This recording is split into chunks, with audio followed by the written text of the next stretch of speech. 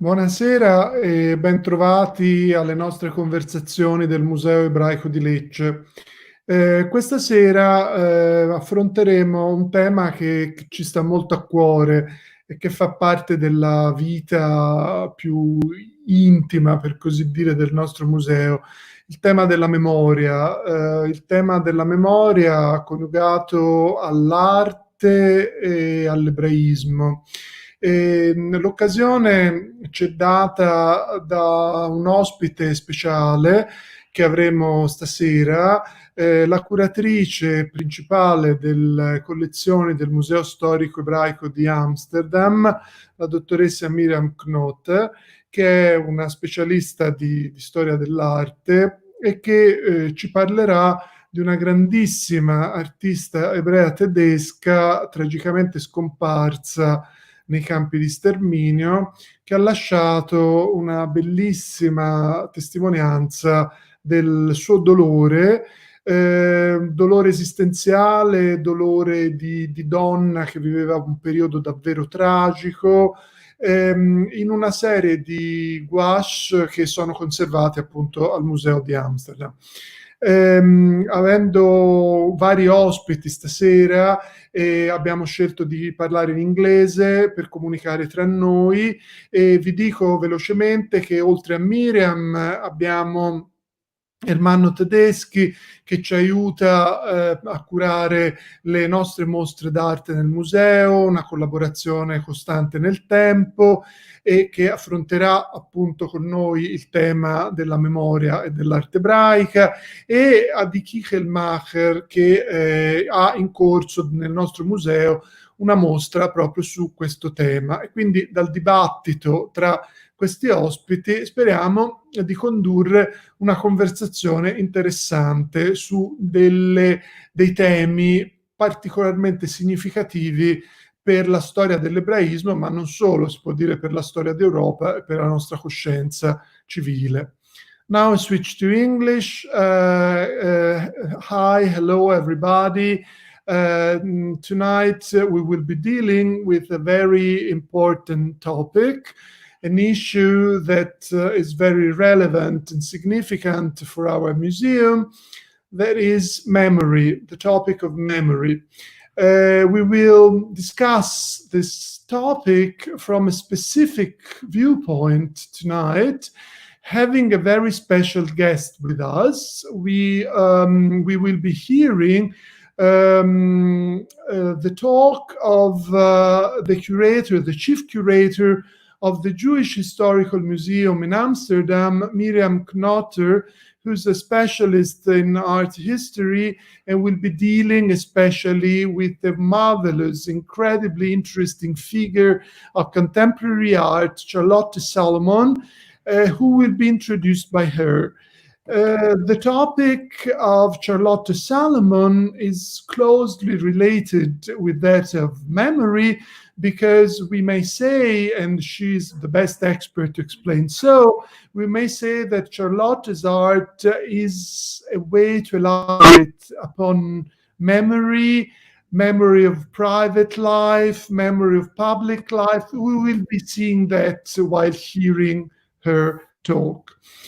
With Mirjam, we will be hosting tonight Ermanno Tedeschi, who's a great friend of the museum and who helps us curate our exhibits, our art exhibits in the museum, and he will be dealing again with this topic of art and Jewish memory. And last but not least, of course, we have our special friend Adi Kichelmacher, an Israeli art who now lives permanently in Rome with her family, and she uses art as a way to retrieve her own family memories. So we thought that this subject is closely related with that of Charlotte Salomon. We may say two women dealing with art from a Jewish perspective, and using memory as a way to, we will see what, to do what. So this is the main theme, one of the main themes of our conversation tonight. So Let's give the floor to Mirjam, who will be showing details of this fabulous exhibit on Charlotte Salomon, which is going on right now at the Museum of Amsterdam. Thank you, Mirjam, for being with us. Thank you very much. Thank you, Fabrizio. I'm very happy to be here and to be able to share with you the amazing artwork of Charlotte Salomon. Let me introduce you to the work first. Charlotte Salomon was a Berlin Art Academy student, a very talented Jewish girl, young Jewish girl from Berlin, who had to flee Berlin in 1938, right after the Kristallnacht. And her parents thought it would be safer to send her to the south of France, where her grandparents already lived since 1933. So they put her on a train. She went all the way down to the south of France, and she went to live with her grandparents. She came from this family that was full with literature, culture, music. Her stepmother, her own mother, died at a very young age. Her stepmother was a famous opera singer. And also her grandparents were very cultivated people. So when she came to them in the south of France, she found them in not a very good state, because they already had been there since 1933. Their money was finished, and they were living with a very eccentric American woman, Ottilie Moore, who had a major house, a mansion, where she was hosting Jewish refugee children, the grandparents of Charlotte. So they all lived there. Then at some point, Charlotte felt it wasn't right. The grandparents were not talking very nicely about their host. They moved out of the place. They moved into an apartment in Nice. And that's when the Second World War broke out. When they heard this on the radio, Charlotte's grandmother got in a total psychic fear, in madness. She became literally insane of fear. And Charlotte tried everything to rescue her grandmother and to talk her back to life, but she didn't succeed. And grandmother jumped out of the window in front of her eyes. Going through this, her beloved grandmother killing herself in this way, her grandfather wasn't much of a help. And basically he told her, oh, she wasn't the only one. Your own mother died like this. She committed suicide. Your aunt, after who you are named, committed suicide. Basically your entire family from her side. So Charlotte Salomon found out that 8 people in her family committed suicide, and that she was the last woman alive from that side of the family. And she was alone there with her grandfather. She got in panic, and she was looking for ways to overcome this, to deal with this.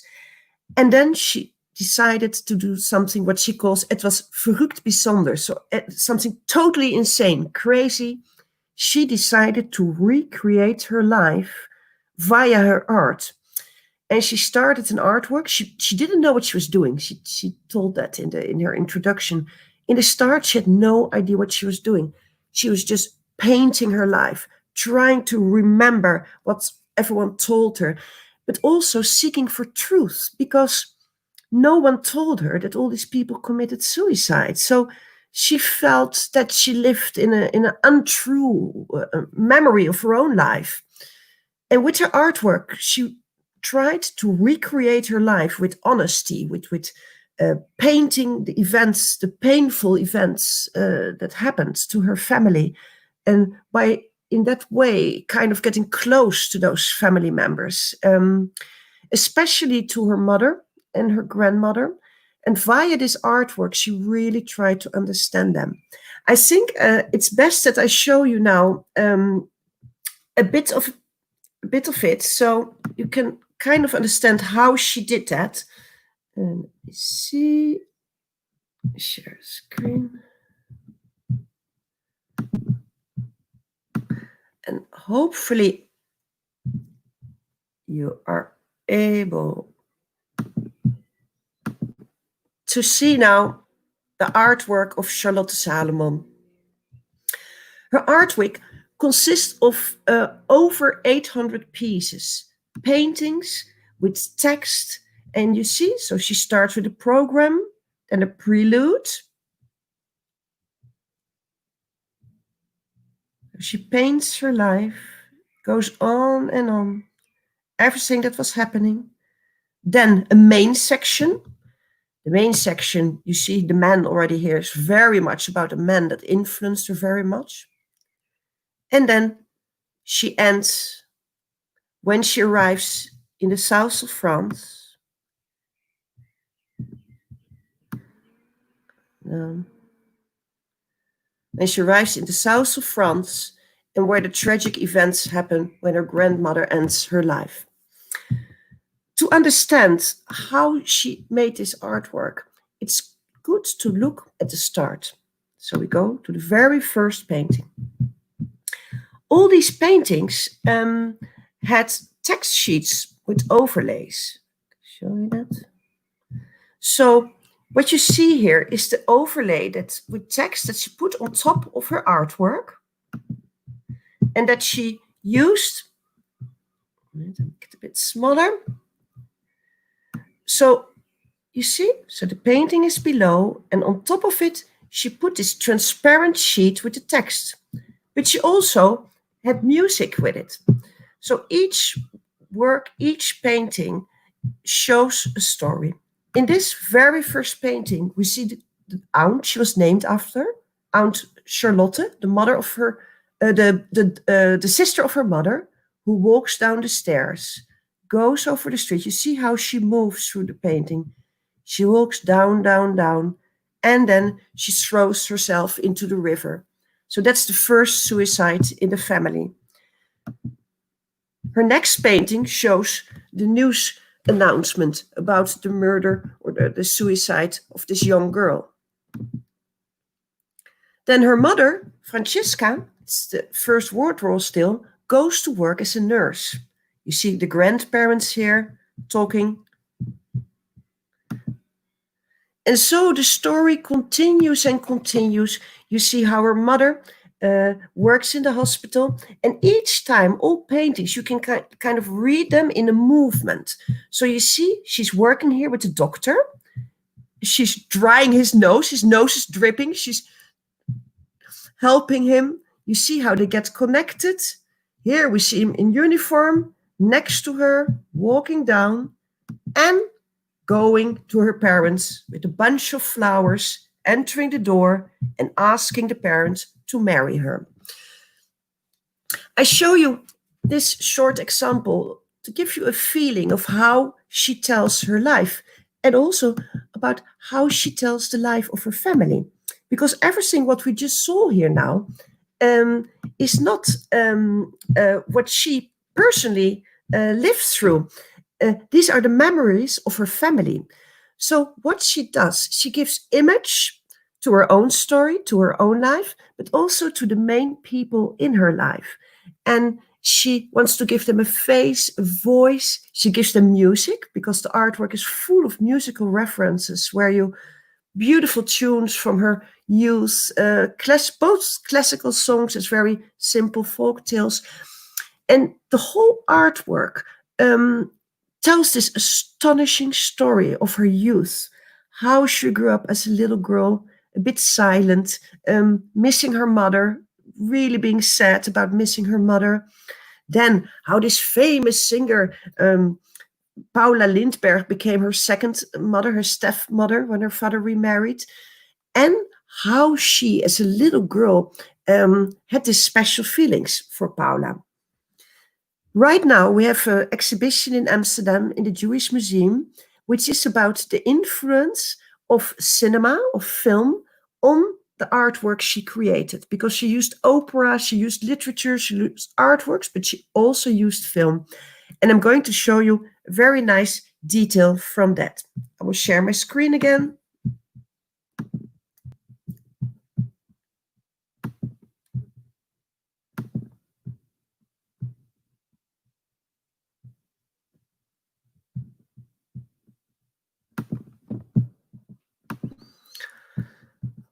So when we look into the artwork, in the prelude, in which she's telling about her youth, she shows the whole story of her mother committing suicide. We see that here. Mother jumping out of the window.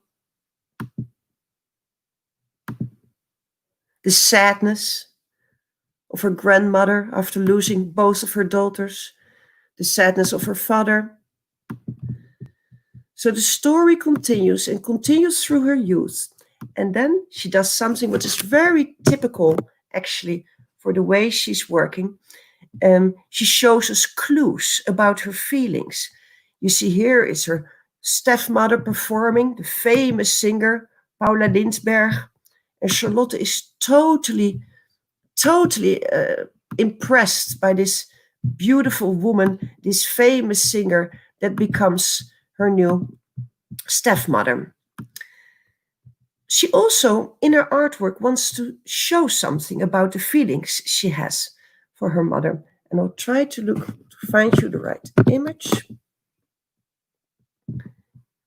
Yes. So she shows in all these little scenes how she feels about her stepmother giving attention to her father. And then Charlotte is a little bit jealous because she wants to have all those attention. So what she does, and I hope to be able to show you the right image. What she does at some point is that she tries to explain how she feels. And you see that here. She's telling her that in school, she finally has a friend, a girlfriend, who's a nice friend for her, and that she loves to go to the movies with her friend. And we see them standing here in front of movie posters. And she writes, but then I go home and the only thing I want to know, is she home? And she talks about her stepmother then. But what we see when we zoom into this film poster, Charlotte standing here is pointing at the title of a movie in Astor, in the theater Astor. And what's written here is Mädchen in Uniform, which is girl in uniform. And this was a famous movie that became later a cult movie because it was the very first movie in which two women were kissing each other and which was about the very strong feelings a young girl had for her teacher, also a young girl that lost her mother. So Charlotte makes this reference in her artwork. It's nearly hidden, but it's there. And this is a typical way in which she, in detail, tries to show her life and shares her feelings. The interesting thing is that Charlotte has a lot of different roles in this artwork. At one hand, she's the artist, so she signs the work always down at the bottom here with CS, her real name. In her artwork, she calls herself Charlotte Kahn, which means Charlotte is able. Kann in German means able. So listen to me, look at me, I'm able to do something.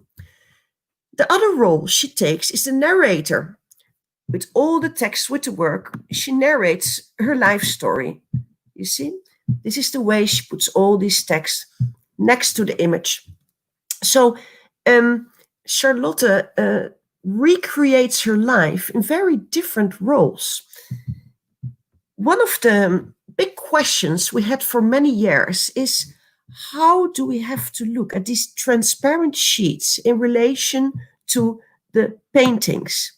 You can see that she fixed them. You see here little pieces of tape.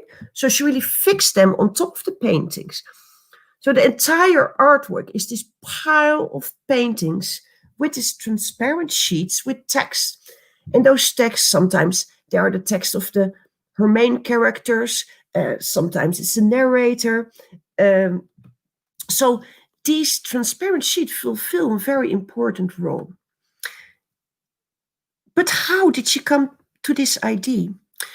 So many years ago already, in the 70s, the famous Dutch movie maker Frans Wijs, when he saw the artwork, he said, I feel a film. It's a film. I can see it as a film. And he made a beautiful film about the artwork. Now, over the last 2 years, we did a lot of new research into the work. And we went to look into the influence of cinema on the artwork. So this is our current exhibition in the Jewish Museum in Amsterdam, where we examine all the movies that played in Berlin during her youth and the movies she may have seen and that may have influenced her life. So the movie I showed you, Mädchen in Uniform, but also famous movies with close-up shots like Jeanne d'Arc, or very famous movies about Berlin, Symphonie eine Großstadt, where trains are expressionistic way riding through the work. So in the current exhibition, we make this connection to the artwork and movie. And one of the important things we found with this is that if you look into silent movie of her time, and for example, the very famous Cabinet des Dr. Caligari, you see this text on the images, on the movie, that go into a certain play with it. They become part of the artwork. So silent movies always had these text sheets in between the moving images to explain, to tell what the main characters were saying or where they were. In this very famous movie, Caligari, this is for the first time having a very artistic form. And I show you a small moment from this film. Let's see if he wants.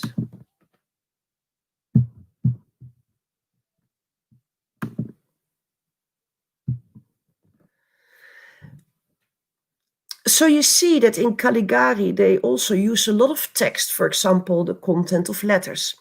We see the same in the artwork by Charlotte Salomon. But what we also see in Caligari is the play with intertitles. This is Dr. Caligari. It's a very crazy expressionist movie, a silent movie about a total insane man. And this Caligari, I shall go a bit further.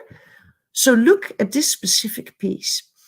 And if you look at this piece and then look back to the artwork of Charlotte Salomon, you may very well think that she saw this movie and basically used her way of using text, the way they did in Caligari. So this says, Du musst Caligari werden, you must become Caligari, it says. Then again, you must become Caligari. So this is a very famous part of the movie in which this crazy use of text connected to images were made in a very playful way, where the whole screen is getting full with letters. So many of these examples are currently on display at the Jewish Museum in Amsterdam, where we try to show how these moving images from films of her time have influenced the way she created her artwork. If we connect this to the idea of memory, I think we can say two very important things about this. On one hand, her artwork are her own memories, but also it's the memory of others, of the people she loved, of the people that formed part of her life, the women that she lost. So she also recreates their memories and connects them entirely with her own memory. So it's combined memory. But another thing which she does, and which is very interesting, she uses flashbacks.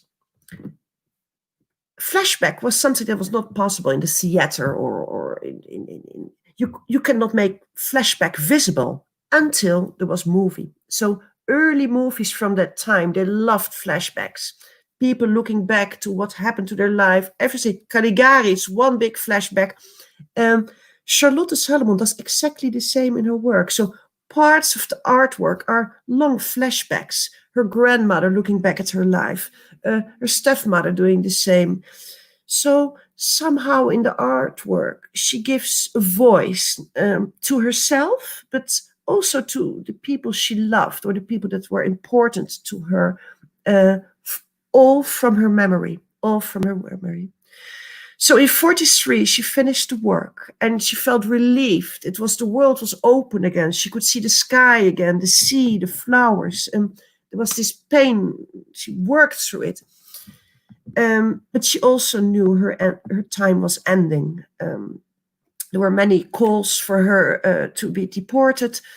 So what she did, she brought the artwork to a friend of her that was the doctor in the little town in France where she was staying. She handed over the artwork and said, please keep it. This is my entire life. Not long after, she was caught, deported and murdered at arrival in Auschwitz. But her legacy stayed. So in 1947, her parents discovered this artwork when they went to search for her last steps in the south of France.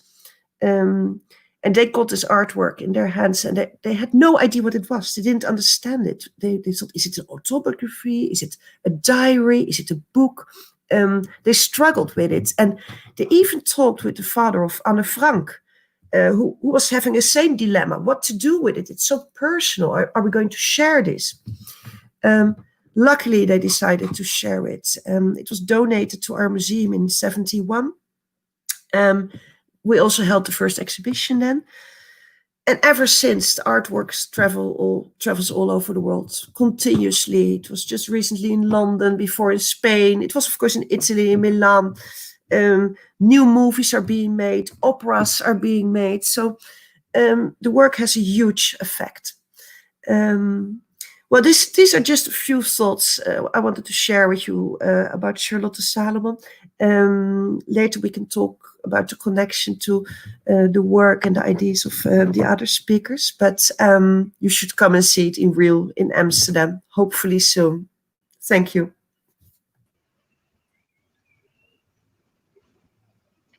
Non si sente. E parla ma non sento.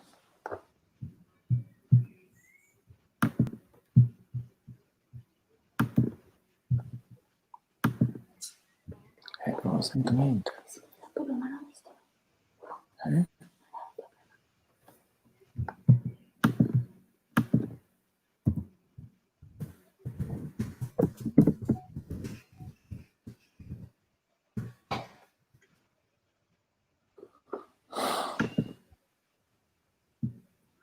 Sorry, forgot. I forgot. Yeah. So I was saying that I was thanking Mirjam for a great presentation, and I really wish I could see the original pictures, the original gouache of Charlotte. And now it's time to hear Ermanno and his thoughts about memory and art. Please.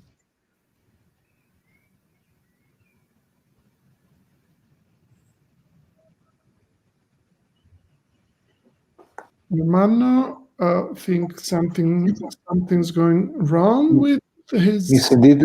You. Yeah. We can hear you now. Could you hear me? You can hear? Okay. Yeah. Now we can hear you. Thank you. Okay.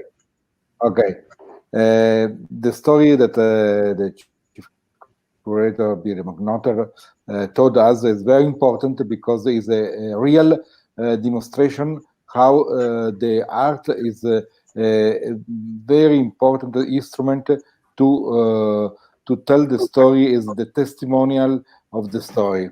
And I have been the curator of the exhibition of Adi Kichelmacher in Rome and also in Lecce. And the history she told through the paintings is really the testimony how the art can talk in the future to the old generation, because we don't know how in the future the people can remember the Shoah. And the art is really something that can be the instrument most important for everybody. And the history of Charlotte is very important because it's something that is the difference from Adi is that Charlotte is died, and she went to Auschwitz, and but there is a similarity with Adi, because she want through the art to find something to come out, and Adi fortunately is alive, and the family is alive, and she can through the art tell the story of her family. Thank you. Thank you. Yes. So it's very difficult to talk because the voice go. Yeah. But it's okay. We understand that there's a problem with the audio. So this is a very important issue, and now I would like to hear from Adi's experience, because this is what matters more. Okay, I think yes. I think Adi is very important that Adi talk now. Yeah, absolutely. Please. Hi, everyone. I want to explain why I started to work about this subject. And I think there are topics which are very difficult to talk about, and to reflect them, but they are very important to face with in order to avoid to forget them and to keep them in a closet drawing. There are topics that are private and personal, but there are even stories that are with pain. But the most important thing is the memory for the future generations. And because of that, I think that memories, if they become art, they will be never forgotten. And I felt like if the fear of losing my identity in a place that I can call home, because whenever I go, where I go, I have these traces of my past that mix with my present. And it's like a genetic memory of like a stamp on my skin, the stories of my grandparents that tell me about places that actually I live in that places right now. And I live in Italy for 15 years, and it took me like more than 10 years to deal with my personal fear as an artist, as a human being. How people react to my identity because of my accent and my look. A lot of people ask me from where I'm coming from, and it's easy every time to think how they will judge you from if you say you are Jewish or you are Israeli. So for a very long time, I felt the need to hide my identity. And I believe in the therapy of art. Through art, you can heal overcoming your fears.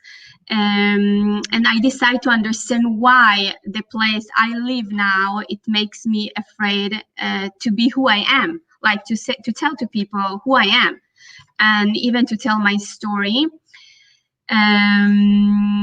So I knew my family story vaguely, but even, when I grew up, my grandmother told me things, and my grandfather, and even about their reaction or their way of talking. You maybe they didn't say it directly, but you feel it. So my journey begins that I decide to overcome my fears, not to lie anymore about my identity.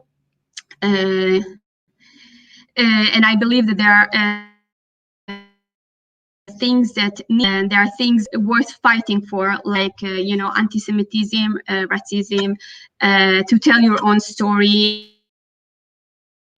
And my story is very personal, but very common. I try through my painting and my documents to tell a current of events during that time, and also ask personal questions and share all of the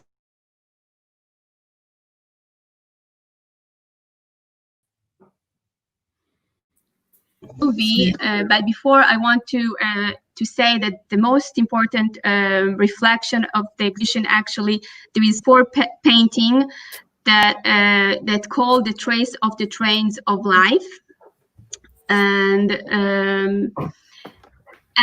the first painting, it's called Darkness, and the second one is called Survival, and the third one is Identity, and the last one is Dreams Come True. But actually all the projects call The Trace of the Trains of Life, because after what happened to my grandparents, you can see the photos that in 1935, this is 1937 in Germany, in Mulheim, this is in Holland. They were studied for 13 years. This is the note of the Kristallnacht. There is a very interesting story about my grandmother that they were hiding. This is a Survival, is the red, about trains, that my grandmother really had fear from trains until she died. This is the original letters that the mother of my grandmother wrote. This is a very interesting story about the code of my grandmother in France, that she said that her code became her house because she didn't have anything left anymore. She had only this code with this pocket that was everything inside of this pocket. And she had to run away. And we have to remember that my grandmother and her sister was only 6.5 and 7.5 years old. So the story is telling something that, 2 girls, very small, ran away from their parents, because the father was after the Notte of Cristalli, he was taken to Dachau, and the mother, she decided to stay there in German to wait for him, and she just sent the girls to Holland, and they were staying there for 13 years. They had to learn a new language. They had to understand new mentality, and we can keep going with the video. And we can see, this is from Holland, that actually they had there is a can you stop it for a minute?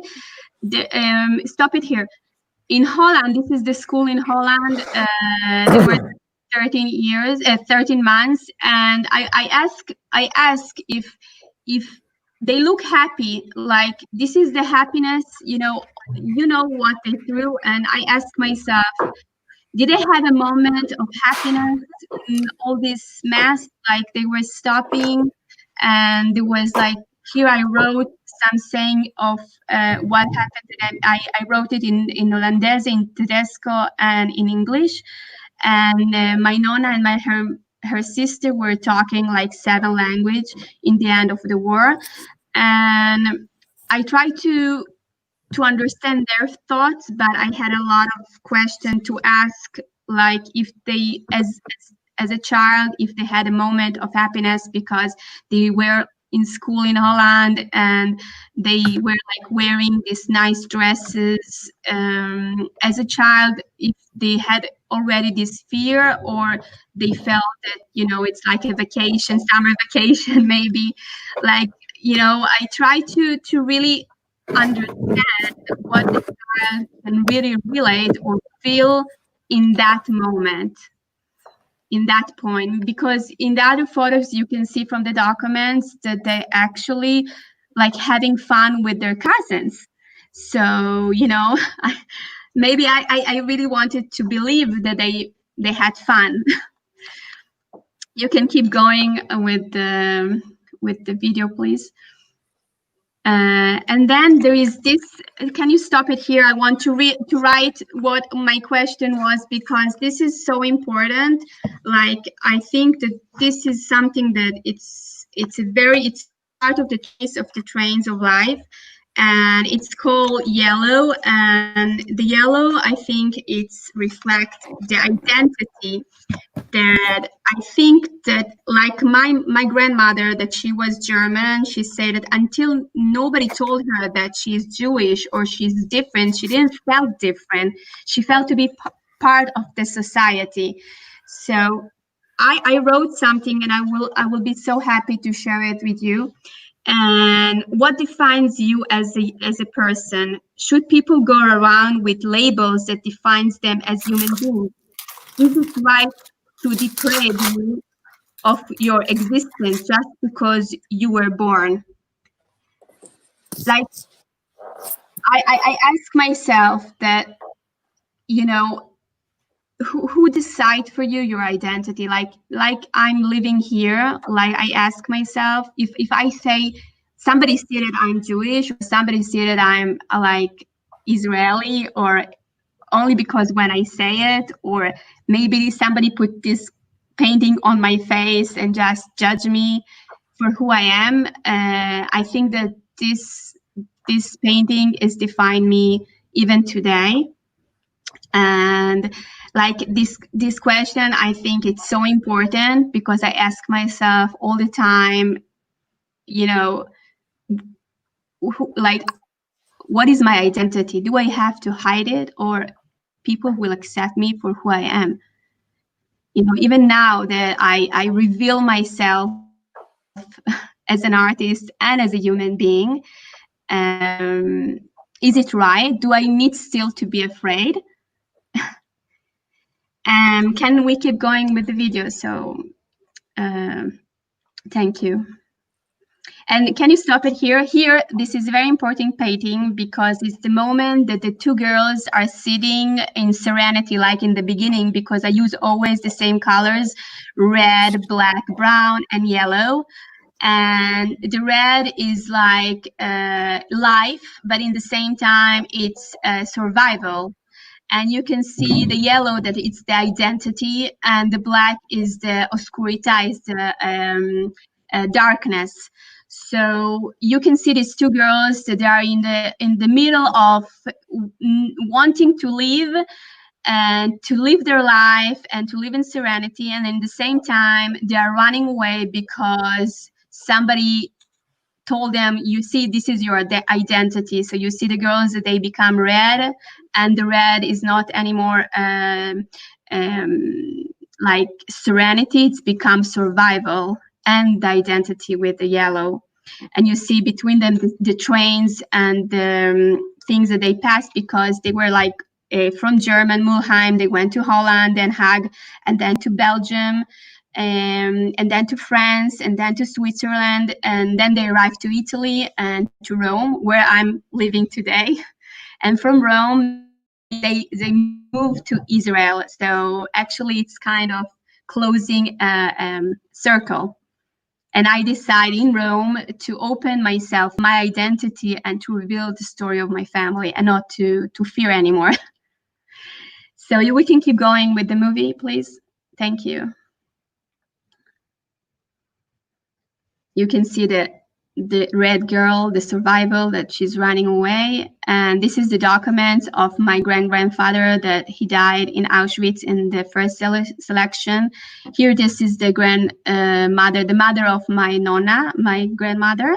And all the documents they have. Lately, we found that there was the Pietra di Inciampo with the names under the house in Mulheim in Germany. If we can keep going with the video. This is Auschwitz. This is the trains. Can you stop it here? This is very important, because there is this thing of trains. First, my grandmother, she was very afraid from trains, because they defined for her something that she had to hide, she had to run away. And I think the journey begins by taking away your humanity. And I try to show by the stitching and the smoke and maybe a little bit of blood, the very simple like painting, that if you look very carefully, you can see that if someone can be inside this kind of box, he will not have hair, he will not have the ability to, to survive. And we can keep going with the photos. Here, can you stop it? Because this is very two painting that I really want to stop and say. And the moment the soul breaks, the body is hollow. I think that already in the journey of the trains, they try to break the human beings. They try to break the soul. And everybody knows that without the soul, the body is hollow. So I try to show maybe some memory from my grandfather when he went to Auschwitz before, and his situation in that moment before he died in Auschwitz. He was killed, sorry. And this is very important. This is this painting here, two paintings, they're very important, and it's called Indifference. And I asked a lot of, I had a lot of classes and people, and I asked them to look in the mirrors, because there is different mirrors in this painting. And, there are some children that come and look in the painting and they're laughing and whatever. And I say, okay, let's read what I wrote about this painting about. And I say, have you not seen the trains full of people like animals? Have you not seen the uniform with the stripes? Have you not seen the smoke coming out? Indifference can kill. Next time it could be you. And then I asked them again to look in the mirror and to tell me what they're feeling about it. And, because in the beginning, somebody see a mirror and he look in himself, and the idea that sometimes to look around and not to be responsible for what happening around you, it can really hurt you too. So this is what I felt. Maybe, this is my feeling, I try to transmit, or how you say, to translate a feeling of transmitting my feelings.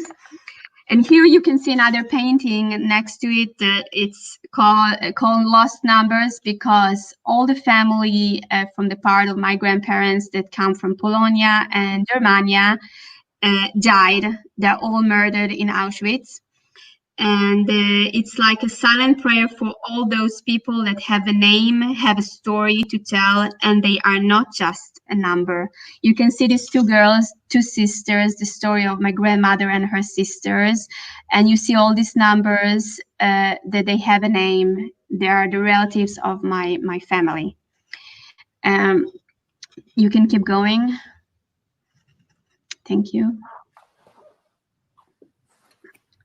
This is the footprints, and I make a quadro with documents. This is the girls that they never been separated all the journey, even if they were alone, but they never been separated.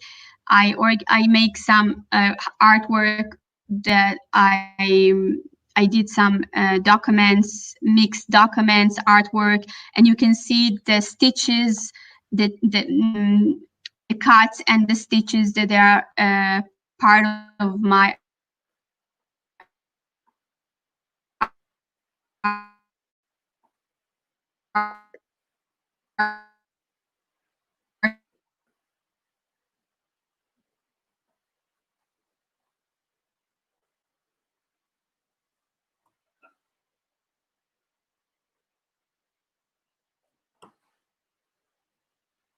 work,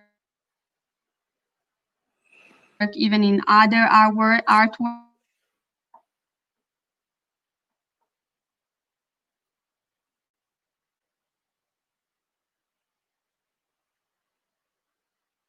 That represent me in all of my artworks. Like I always cut everything and then I try to sew it. It's like I'm trying to deal with my pain, with my past, with my present, and with the future. Like I'm trying to heal myself in some way, or maybe even my art. I'm trying to heal my art or my way of thinking. And we can keep going. You can see it in every artwork of mine that I cut it. And here it's the collage of every pieces that I found about the story about my family. It's my grandfather and the trains and the sisters and the synagogue. This is the real synagogue that my grandparents went, and he burned completely. It doesn't exist anymore. And we can keep going. And actually, this is very interesting. No, stop, wait.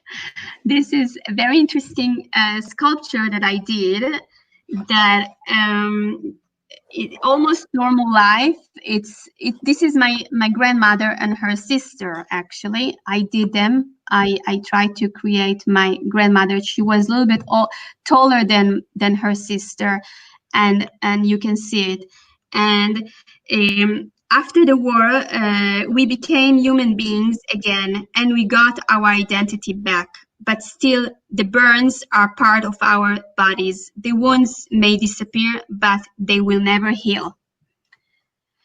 So I think the idea, the identity, and I saw it on my grandmother and her sister, that even after so many years, they went to Israel, they established a family, but still you can realize a person that is completely broken from the inside. Like, you still have burns, still have, things that doesn't solve after the war. That he takes with him everywhere. Like, I have this, was given by my grandmother after she died. It's she was wearing it all her life. She was wearing it, and her sister was wearing this amazing, I don't know if you see it, this amazing necklace. And actually, I remember when I was small, I always ask her, what do you have inside? Why you always wear it everywhere? So she had her parents with her everywhere. In the same necklace had my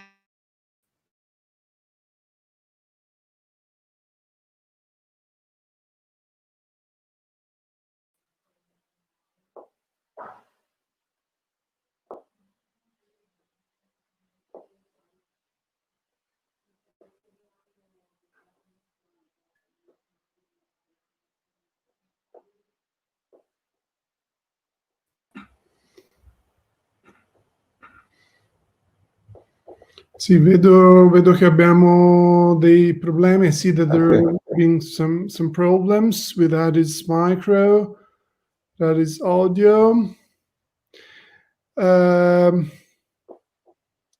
Yes, we've lost her connection. Echo me. Hello.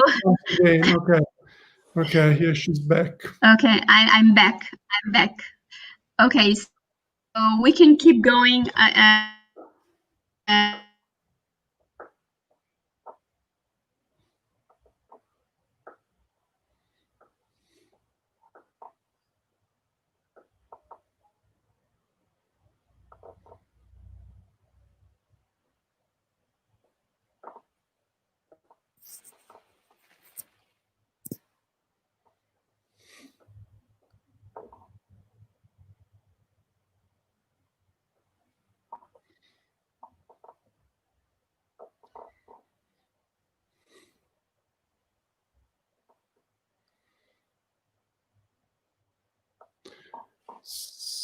So yeah, I think Adi's still having problems with her connection, and we I think our viewers can watch Adi's art, and maybe now she's back. Maybe she can comment on this painting where she kind of reconstructs. Yeah, this is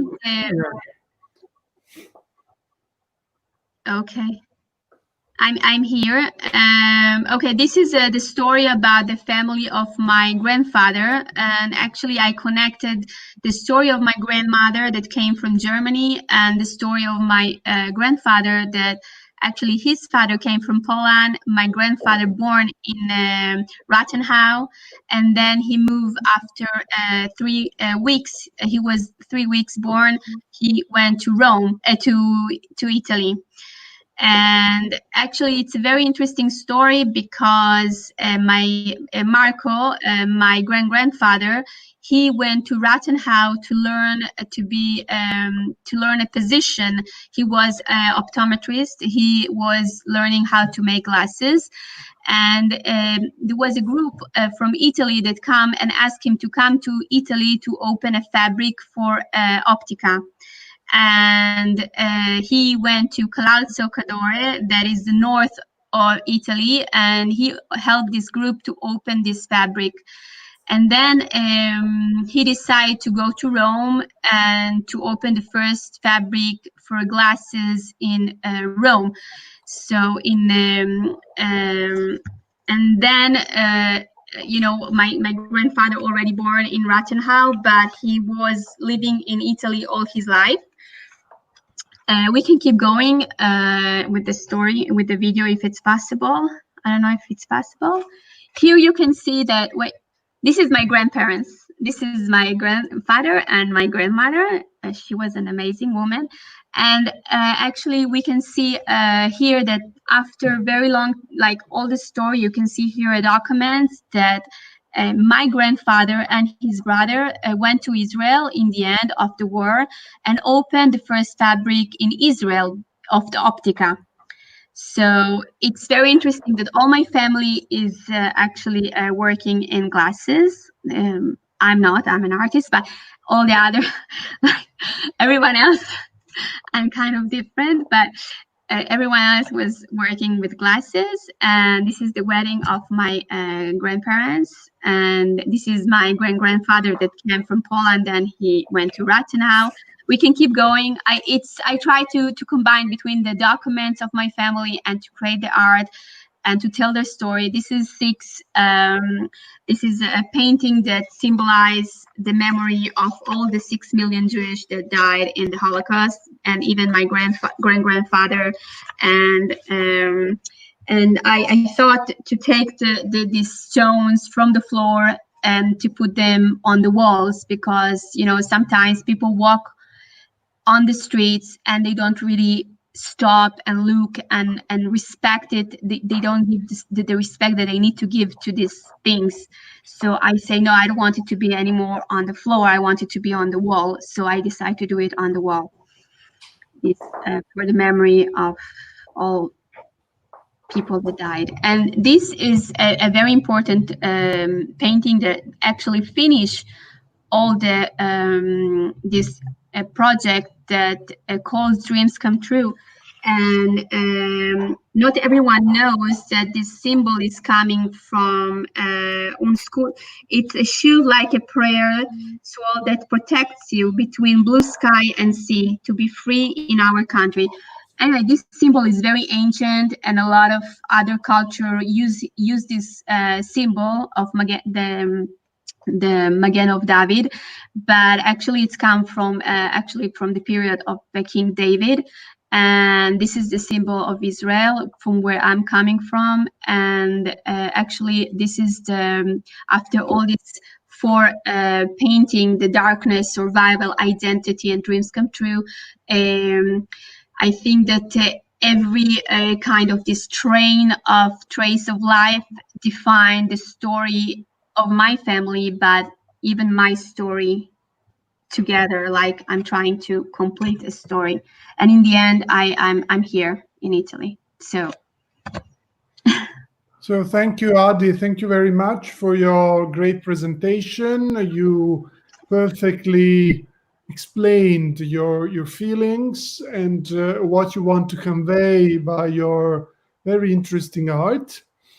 I have some questions, but as usual, I don't want to take too much time, also because it's quite late and maybe you have other obligations or something. But there are the first point for me is always a little bit striking, because from my viewpoint, I think that art and Judaism is always something very, how to say, I don't want to say paradoxical, but, you know, there's a very strong trend within Judaism of being against the representation of human beings, against the representation of creation.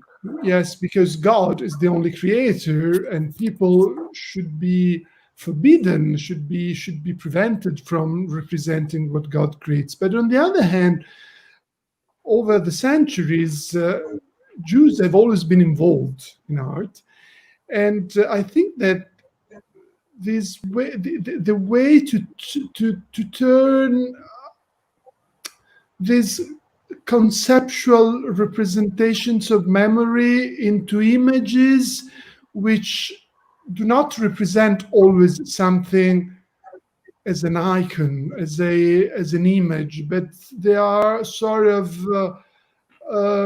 alterations of reality. I don't know what to say. And then the second thing, which appears, I guess, I see in both Charlotte Salomon and your art, is the relationship, the very close relationship between image, or this sort of representation of reality, and writing, which in my opinion is very closely related to Judaism. In a way, you always have to rely on texts, you always have to rely on written texts, the word, which can be the word of God or the word of man, but it's something that lets you to reflect. I mean, gives you an itinerary, a path, a mental path on which to reflect. So I'd like to better understand these. So, and then the second thing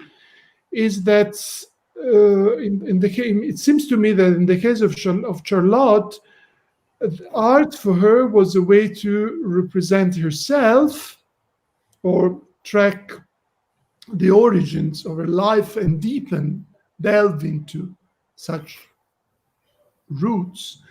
Whereas for Adi, this is a way to understand her own existence within the family, the world, a major sense of history, I would like to say, just reconstructing your own history in the framework of a major history, something like that. I don't know. I might be mistaken. I might be wrong.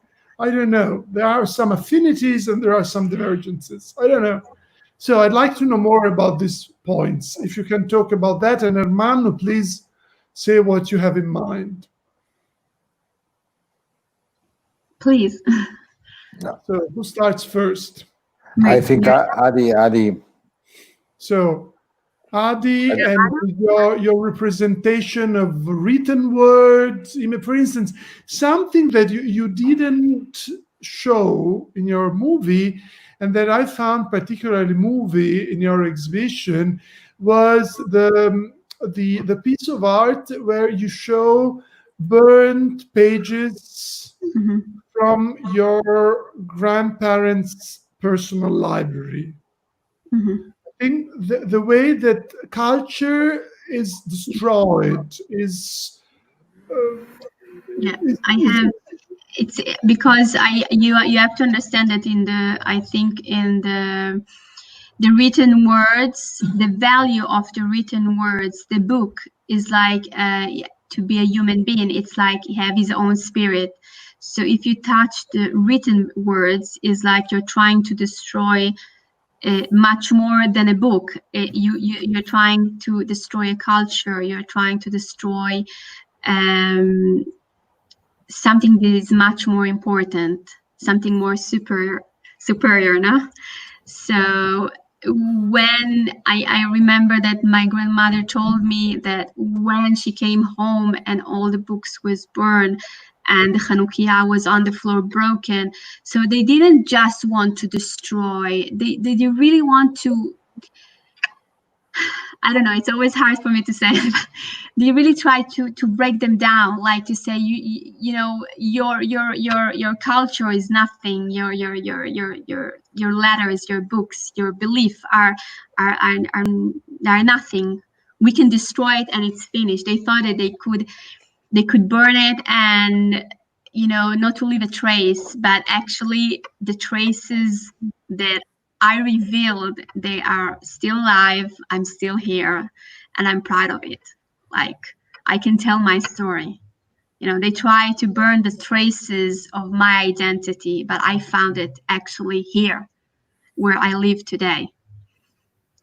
Yeah. So I think this is the most strong thing that I can tell as an artist and as a human being, and even as a person that handled with something so delicate and so personal. But I think it's not any more personal, like Mirjam told us, that even Charlotte Salmon, the idea of feeling her story that is so personal, it's not supposed to be anymore something like just for me.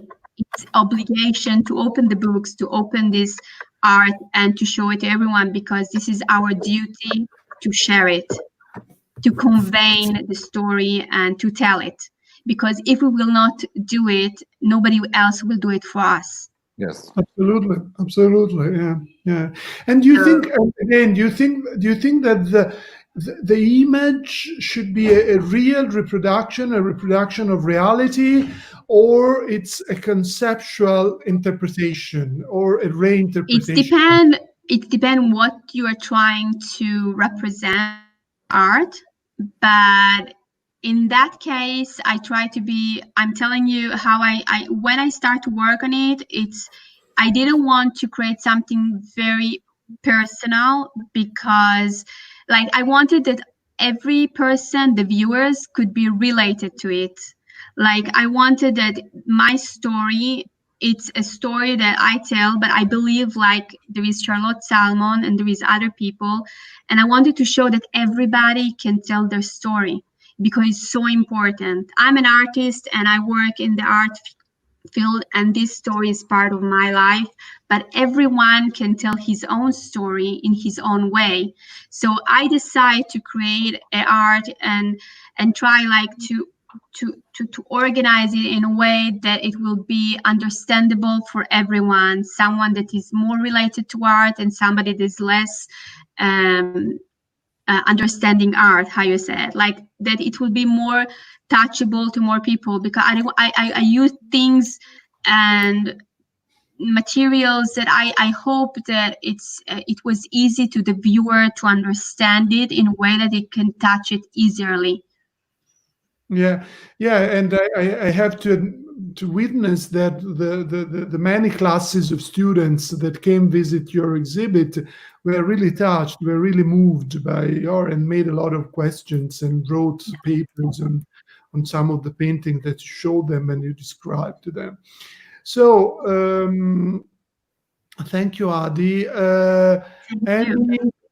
Anyone else wants to add on these topics, major topics? I want to tell that the Adi works is very important for all the school and the younger generation, and it's very important that the art go in the school, because the work of her we show to the scholarship in Lecce, you remember, and was a big success, and the all children were very, very interested in it. And I think our mission is to show the art of the Shoah and the past to the school, because this is very important. Well, I have a question for Mirjam. You were talking, and this is very interesting to me, because of course it's also related to silent movies and the way they were presented, they were displayed, of course they were shown. They were generally accompanied by music, and you said that the paintings, I mean Charlotte's paintings, were provided with music. Do we still have the scores? Do we still have the music scores? Yes, what she did is that she, while she was painting, she was singing, humming all the time, and it helped her to recreate an atmosphere, a memory that she linked. For example, when she was painting her stepmother, she was singing Bist du bei mir from Bach, because this was something she used to sing very beautifully. So music is very important as part of recreating the memory. And what she did, of course, she had nothing. She only had paint and paper. That's all she had. She was in the middle of nowhere. She had nothing. She worked day and night. So what she did, she wrote down. She wrote down on the back saying this was created on the music of this and that, or think about that song. So sometimes she wrote, I don't remember on which tune this was created. So, and the people that witnessed her, that heard her working, heard her singing day and night. So I think that's quite interesting, because music can be a trigger for memorizing, huh? And what I also found interesting in relation to Adi's work, and something I wanted to ask Adi as well.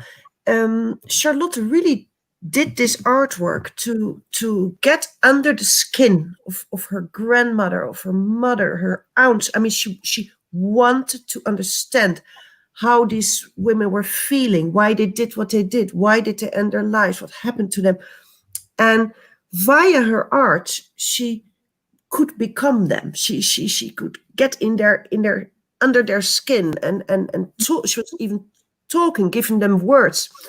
And somehow I feel that what Adi is doing is related to this. And what I wanted to ask Adi is, did you get closer to those family members via your art?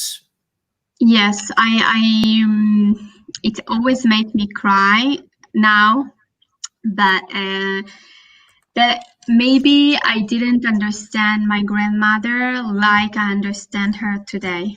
That I'm so sorry that I didn't have the opportunity to do it when she was like alive, that I could hug her more or to understand her.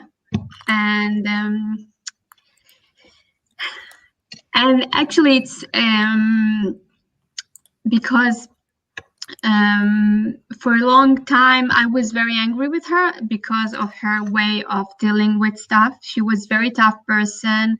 She was very dress up. She was always very perfect. And